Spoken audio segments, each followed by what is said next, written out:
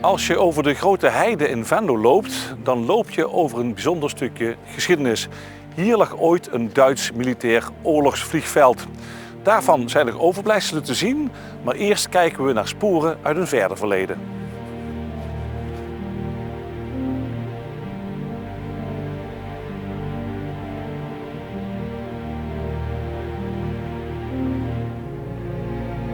Edmond, we kijken vandaag naar sporen uit het verleden en jij zegt dan moeten we hier beginnen. Waarom? Omdat je het hier bijna niet ziet als je het niet weet. Nee. Dit is gewoon natuurgebied en dat is voor ons altijd bij het Limburgs Landschap heel erg van belang dat we de geschiedenis van het terrein kennen om te voorkomen dat we dingen die mensen hebben nagelaten, dat die onzichtbaar zouden worden. En hier ligt een landweer. En je ziet hem eigenlijk een stukje hoger, dan loopt hier een soort dam dwars door het gebied heen. Een landweer werd vroeger gebruikt om de grenzen aan te geven. En dat waren door mensen gemaakte verhogingen.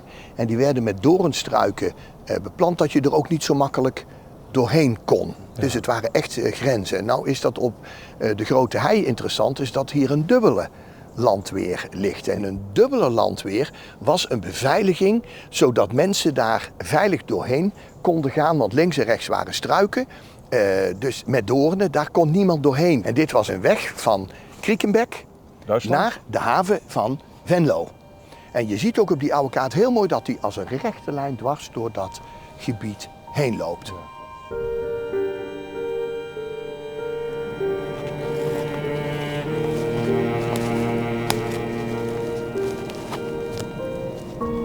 Dus de mensen die liepen in feite hier overheen?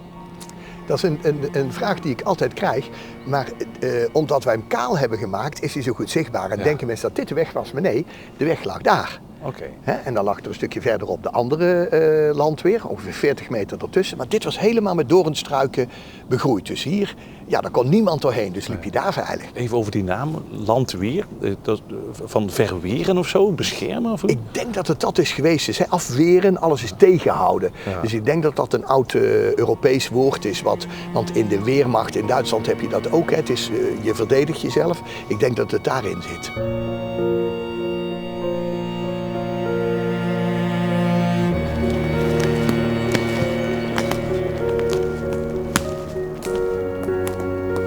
We waren net bij de landweer op de Grote Heide. Nu staan we aan de rand van de Grote Heide, toch? Ja, ik heb je hiermee naartoe genomen omdat je hier een heel mooi groot verschil in dat landschap kunt zien. Wat ook de geschiedenis helemaal beïnvloed heeft. Waar we hier staan is de steilrand van het hoogterras.